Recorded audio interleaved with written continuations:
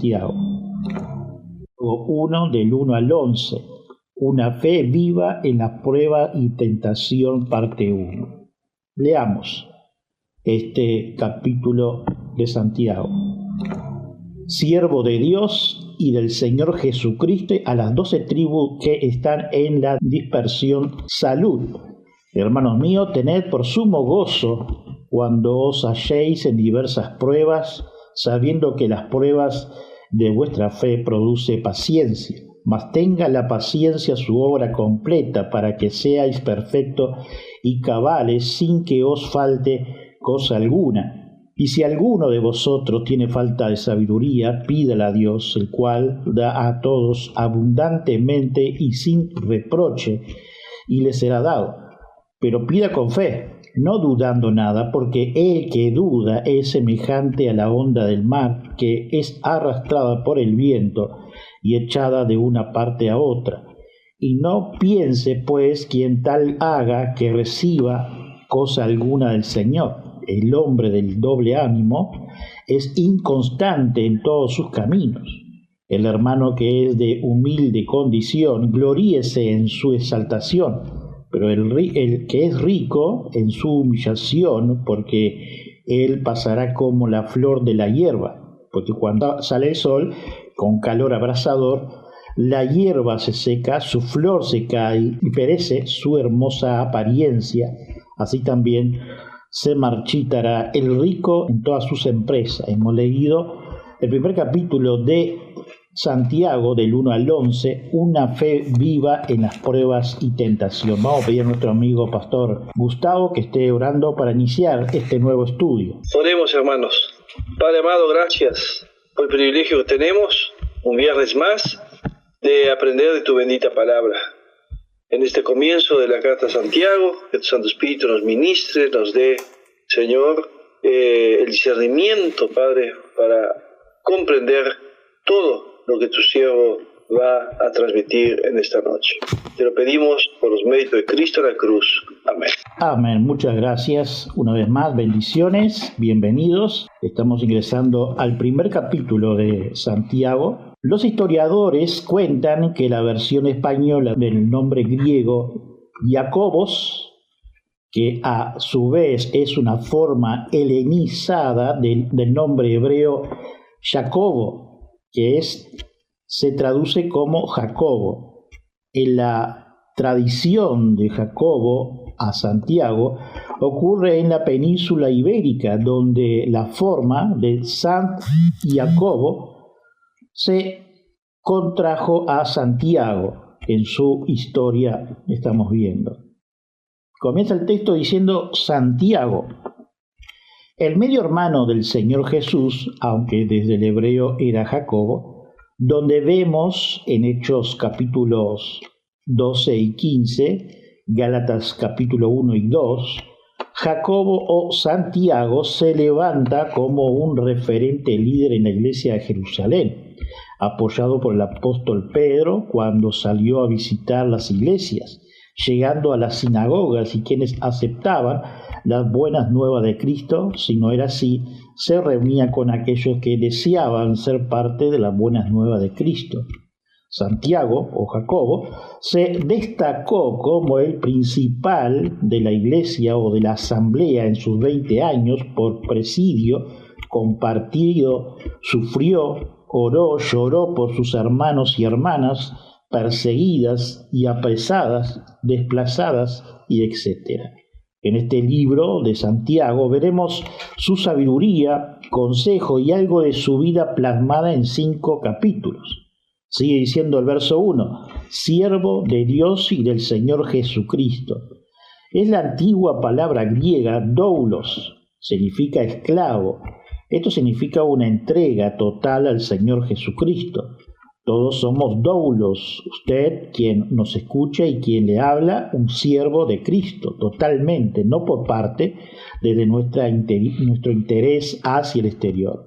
Somos siervos de Cristo y esto no se refiere a que seamos líderes. Hay una letra chica que afirman los militares y los policiales. Esa letra chica es que está al servicio las 24 horas, aunque usted no lo crea, y aunque esté con descanso, porque si pasa algo, lo llaman para el servicio, aunque no lo quiera. De la misma forma el cristiano, cada uno ha firmado esa letra chica en el Señor, aunque usted no haga nada en la iglesia, según usted, pero déjeme decir que si usted hace algo, claro que sí, más de ofrendar, es orar por su congregación y las necesidades. Eso es ser parte de la iglesia, ser parte de servicio y esclavo de Cristo. Un esclavo, un siervo, alguien que está en una relación permanente de servidumbre con otros. Entre los griegos, con su fuerte sentido de libertad personal, el término tenía una connotación desagradable, dice en su comentario Hieber. Sigue diciendo el texto, en el capítulo 1.1, a los 12 tribus que están en la dispersión, salud. Santiago escribió esta carta a la diáspora, a los 12 tribus de Israel, que son perseguidas y por nosotros en este presente. Santiago se identifica al principio de su carta con el título que encierra todo su honor y su única gloria, el esclavo de Dios y el Señor Jesucristo. Con la excepción de Judas, es el único autor del Nuevo Testamento que se atribuye este término doulos sin más cualificativo.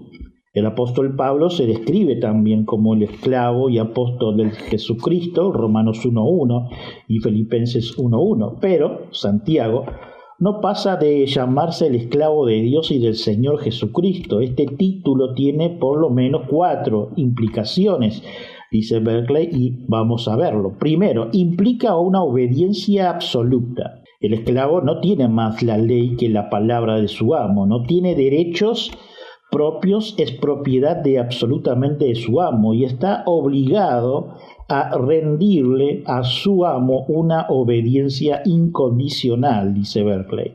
Segundo, implica una humildad absoluta. Es la condición de un hombre que no piensa en su privilegio, sino en sus deberes, no en sus derechos, sino en sus obligaciones. Es la palabra que describe a un hombre que se ha perdido a sí mismo en el servicio de Dios. Tercero, implica una lealtad absoluta. Es la posición de un hombre que no tiene interés propio, porque todo lo que hace lo hace para Dios. Su provecho y su preferencia personal no entran en sus cálculos. Le debe su lealtad a Dios, dice Berkeley. Cuarto, sin embargo, en esta palabra se encierra su gloria. Lejos de ser un título deshonroso, es el que se aplica a grandes figuras del Antiguo Testamento, como por ejemplo Moisés era el doulos, en Hebreos Evet, de Dios, Primera de Reyes 8:53, Daniel 9:11 y Malaquías 4:4. Así se llama también Josué y Caleb, Josué 24:29 y Números 14:24. Así también los grandes patriarcas, Abraham, Isaac y Jacob, Deuteronomios 9:29. Y Job, tenemos como referencia en su capítulo 1, verso 8, e Isaías 20, verso 5. Y doulos es el título distintivo por el que se conocían los profetas Amos 3:7, Zacarías 1:6 y Jeremías 7:25 como referencia. Al tomar el título de doulos, Santiago se coloca en la gran línea sucesiva de los que hallaron la libertad y la paz y la gloria en la perfección de sumisión a la voluntad de Dios. La única grandeza a la que un cristiano puede aspirar es a la de ser esclavo de Dios. Así nos dice Berkeley. Eso tenemos que tomar como referencia a nosotros y ver de qué manera somos, si estamos dentro de estos puntos que estamos tratando. Sigue Berkeley diciendo, hay algo poco corriente en el saludo inicial de esta carta. Santiago manda saludos a sus lectores usando la palabra jairein, que es lo que se solía usar en la carta personal en griego.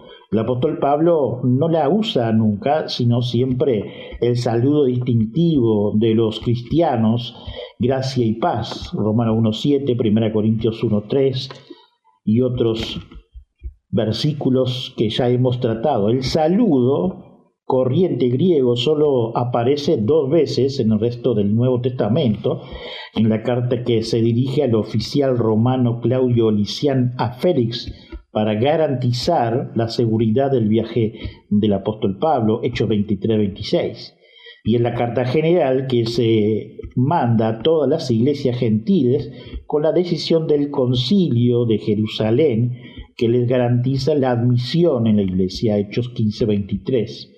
Esto es interesante porque fue Santiago el que presidió aquel concilio en Hechos 15:13. Puede que se usara el saludo más general porque la carta iba dirigida a un círculo muy amplio de gentiles, dice Berkeley en su final.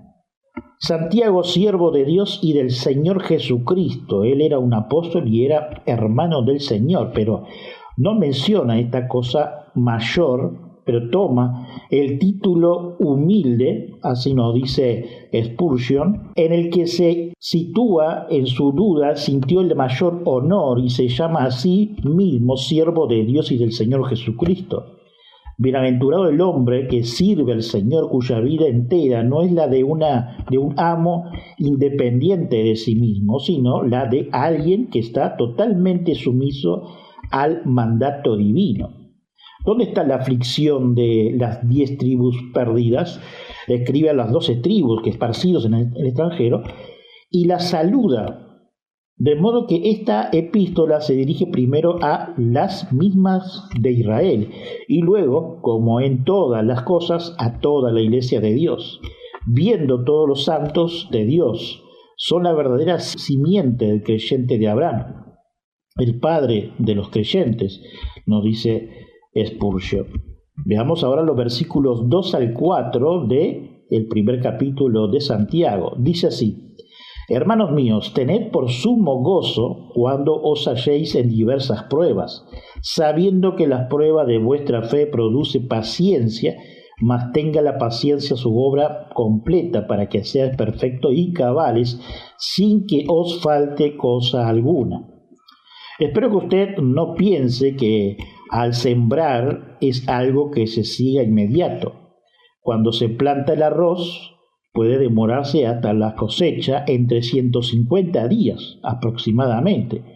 Si está apurado para cobrar lo invertido, tendrá que esperar más. O sea que debe de manotear de la paciencia.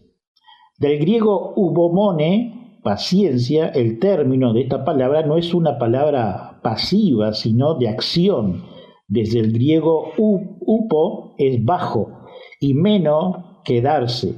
Muchos comentaristas dicen que esta palabra se refiere a resistencia activa, en su raíz permanecer bajo.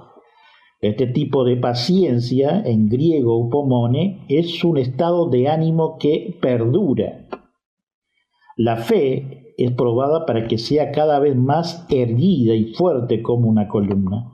Para hacer una espada, el herrero especial, que así se lo llama, debe de pasarla muchísimas veces por el fuego, de muchos grados hasta que quedarse rojo el hierro, y ahí depender del martillo hasta quedar fina, y luego la moldea para su filo, y ese proceso son varias veces hasta que queda en condiciones donde lo ponen varias veces en el agua.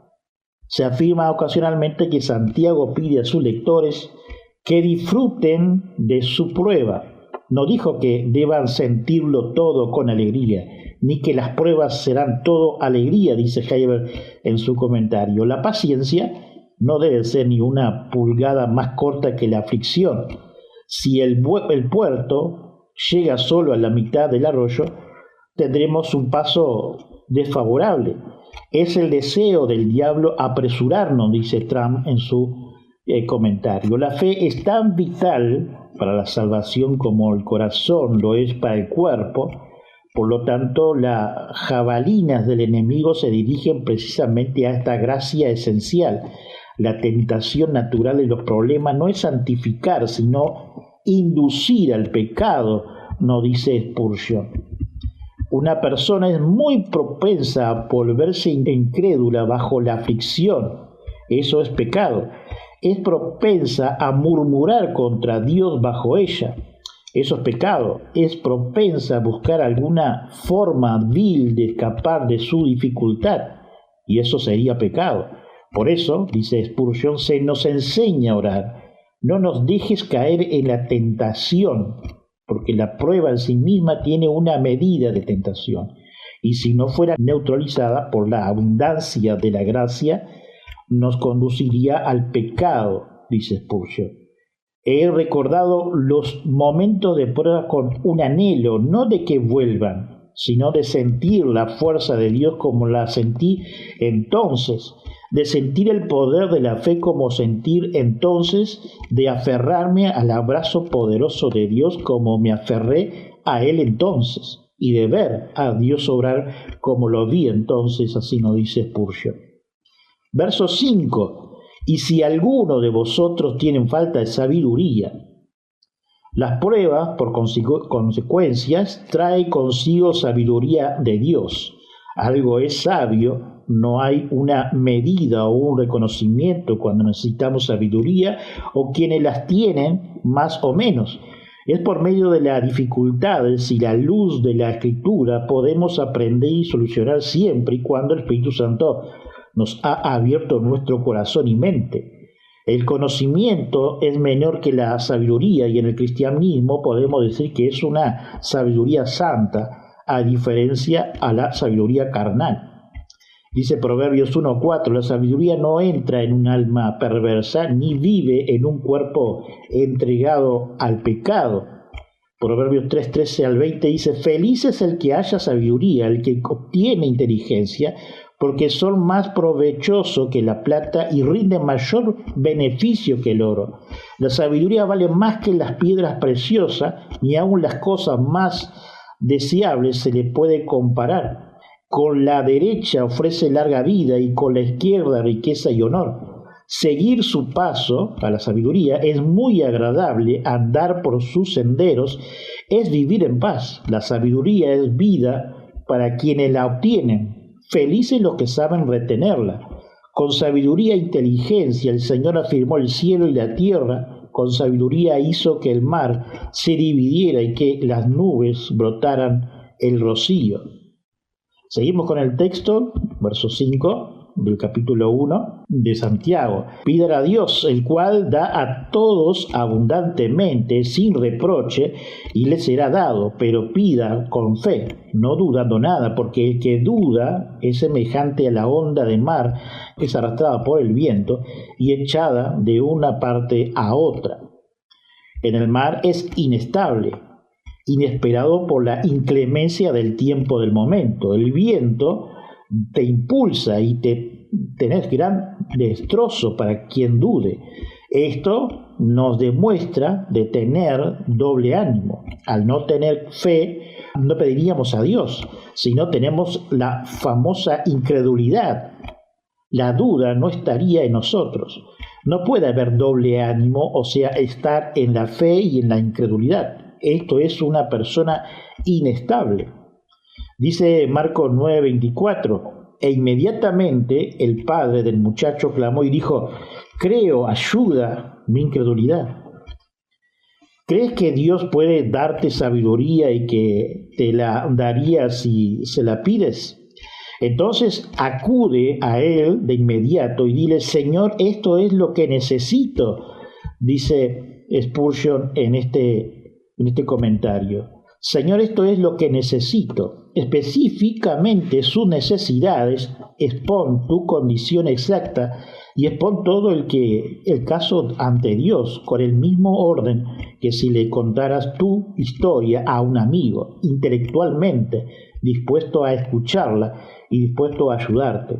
Y en lugar di, Señor, esto es específicamente lo que creo necesario. Y te lo pido creyendo que puedes darme. Todos estamos tan dispuestos, dice Spurgeon, que recurrir a los libros a recurrir a los hombres, a recurrir a las ceremonias, a cualquier cosa menos a Dios. Por consiguiente, el texto nos dice que pida a los libros, ni que pida a los sacerdotes, sino que pida a Dios. Nos dice que compre de Dios, que exija de Dios, que gane de Dios, o no, que pida de Dios. Es la palabra del mendigo. El mendigo pide limosna, debes pedir como te pide el mendigo en la calle, y Dios te dará mucho más generosamente que tú a los pobres. Debes confesar que no tienes mérito propio, dice Spurgeon. Él da conforme a su excelente grandeza, como Alejandro Magno le dio una ciudad a un pobre, y cuando éste, modestamente, la rechazó por considerarla demasiado grande para él. Alejandro Magno dijo, respondiendo a su pregunta: lo importante no es lo que tú puedes recibir, sino lo que yo puedo darte, dice Trump en su comentario. El hombre que no está completamente convencido de que si pide a Dios recibirá, se asemeja a una ola del mar, dice lo que hemos leído. Está en constante agitación, impulsa y sacude por el viento, ahora se eleva por la esperanza, luego se hunde por la desesperación, dice Clark. Versos 7 y 8. No piense, pues, quien tal haga que reciba cosa alguna del Señor. El hombre de doble ánimo es inconstante en todos sus caminos. Ingresemos lo que es en los versos analizados por Juan Calvino, que luego lo vamos a ver en el versículo 7 y 8, pero vamos a ver lo que él nos dice, como nuestra razón y todos nuestros sentimientos se oponen al pensamiento de que podemos ser felices en medio de los males. Él nos invita a pedirle al Señor que nos dé sabiduría, en busca de la sabiduría. El límite al tema del pasaje, como si hubiera dicho, si esta doctrina es más alta de lo que su mente puede alcanzar, pida al Señor que lo ilumine con el Espíritu, porque como solo este consuelo es suficiente para mitigar toda la amargura de los males, lo que es el doloroso para la carne, no es saludable, dice Juan Calvino, así que necesariamente debemos sentirnos abrumados por la impaciencia, a menos que este tipo de consuelo nos sostenga, ya que vemos que el Señor no nos exige lo que está por encima de nuestras fuerzas, sino que está dispuesto a ayudarnos siempre que lo pidamos. Aprendamos, por tanto, siempre que nos mande algo, a pedirle el poder de realizarlo. Aunque en este lugar ser sabio es someterse a Dios en el aguante de los males, bajo la debida convicción de que Él orden todas las cosas de modo que promueva nuestra salvación. Sin embargo, la oración puede aplicarse generalmente a todas las ramas del conocimiento correcto. Pero, ¿por qué dice si alguno, como si nota de todo quiere sabiduría? A esto responde que todos están por naturaleza sin él, pero que en alguno están toda el espíritu y sabiduría, mientras que otros carecen de serlo. Como entonces no todos habían progresado tanto como para regocijarse en la aflicción, pero había pocos a quienes se le habían dado esto. Santiago, el apóstol, por lo tanto, se refiere a tales casos y les recordó a los que aún no estaban completamente convencidos de que por la cruz su salvación era provista en el Señor, que debían pedir ser dotados de sabiduría, y sin embargo no hay dudas, pero esa necesidad nos recuerda a todos pedirlo a Él mismo, porque el que ha hecho el mayor progreso aún está lejos de la meta. Pero pedir aumentar la sabiduría es otra cosa que pedir al principio. Que toda la abundancia de la sabiduría, dice Juan Calvino, por todo, se refiere a la pregunta anterior, porque aquellos que no buscaban remedio para su necesidad merecen languidecer en sus temores. Sin embargo, esta declaración universal, por lo que todos estamos invitados a pedir. Sin excepción, es muy importante para todos. Ningún hombre debería privarse de un privilegio tan grande. con el mismo propósito y la promesa que si sigue directamente, porque así como con este mandamiento muestra cuál es el deber de cada uno, así afirma que no harían en vano lo que él manda según lo dicho por Cristo. Llama y se abrirá, Mateo 7:7 y Lucas 11:9. La palabra aquí denota prontitud en dar, así que Pablo, el apóstol, en Romanos 12:8, requiere sencillez en los diáconos, y en 1 Corintios 8:10 y en 2 Corintios 9:10, cuando habla de la caridad o amor.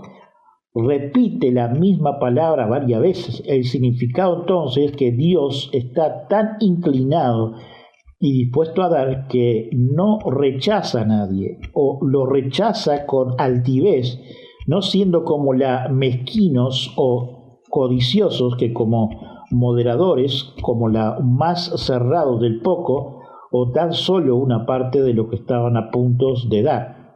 Algún largo debate consigo mismo sobre el dar o no. Esto se agrega para que nadie tema de acercarse a Dios a pedir sabidurías. Frecuentemente aquellos que son los más liberales entre los hombres, cuando alguien pide ayuda, a menudo menciona su acto formal de bondad. Así se ejecuta al futuro. Por tanto, un hombre mortal, por muy generoso que sea, no se avergüenza cansarse de preguntar demasiado a menudo. Pero Santiago, el apóstol, nos recuerda que no hay nada como esto en Dios, porque siempre está dispuesto a añadir nuevas bendiciones a las anteriores, sin fin de límites.